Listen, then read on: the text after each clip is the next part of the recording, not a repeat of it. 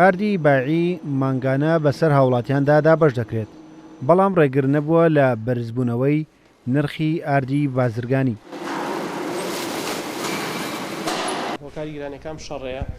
بورهان ماوەی 21 ساڵە بازرگانی هاوردەکردنی ئاردە. ئەو دەڵێت ئاردی عێراق و هەرێم ڕێژەی گڵۆتین و ئیندێکسیان کەمە کە دوو پێکاتەی گرنگی ئاردن. بۆ نمونە ڕێژەی گڵۆتین لە ئاردی ڕووسی و تورکیدا 32 و لە ئاردی ناوخۆ 24ە. ئەمەش بۆنانی تەنور و سەمون نابێت. هەروە ڕێژەی ئیندێکس لە ئاردی ڕووسی و تورکی 85ە کەچی لە ئاردی ناوخۆ 65ە، واتە ئاردی ناوخۆ کوالتی نزمە. ئاردی بۆجش دێت لە تورکیاوە دێت لە ڕووسیاوە دێت بەس چاکە.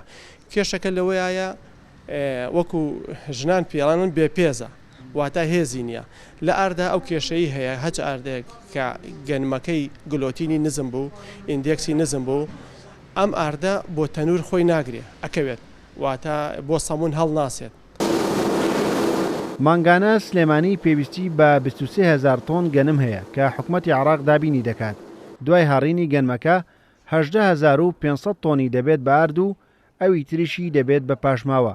هاوکات لە عێراق بەشە ئاردی مانگی 2 2022 دابەش دەکرێت، بەڵام لە هەرێم بەشە ئاردی مانگی 1 دابەش دەکرێت. زۆربەی پارێزگاکانی عێراق واتە حسەیەک بەشی یەکی تەواو بووە، کاڵین بەشی یەک واتە مەبەستمانە بڵێن کە مانگی 1، بەڵام ئەوان لەوێ مانگی 2 دەستیان پێکردو. ئێمە تا ئێستا هێشتا مانگی 1 زۆری ماوە. ئێمە لەسەر پتاقەی تەموینین، ینی پەیوەندیمان بە تایبەت بوونی گەنم لە شارەکە لەگەڵ بەغدادا ئەبێ بۆمان دابینیکەن بە پێ نەفەقاتی حاکمە ڕۆژانە ئەبێ گەنممان بۆ بێت. ماوەیەک نەهات ئەوەی بوو بە دروستکردنی بەرزبوونەوەی نرخی ئارد، بەڵام ینی دڵنیایی هەموو هاوڵاتیانی شاری سلێمانی یەکەم کە گەنم بەردەوامە ئینشەڵڵا.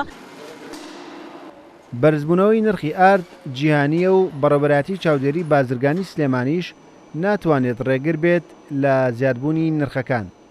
وەم بارودۆخی ئۆکرانیا و رووسیاشەوە نرخی ئارد لە جیهانە بەرزبوونی بەخۆ بنێ نەک هەرێمی کوردستان.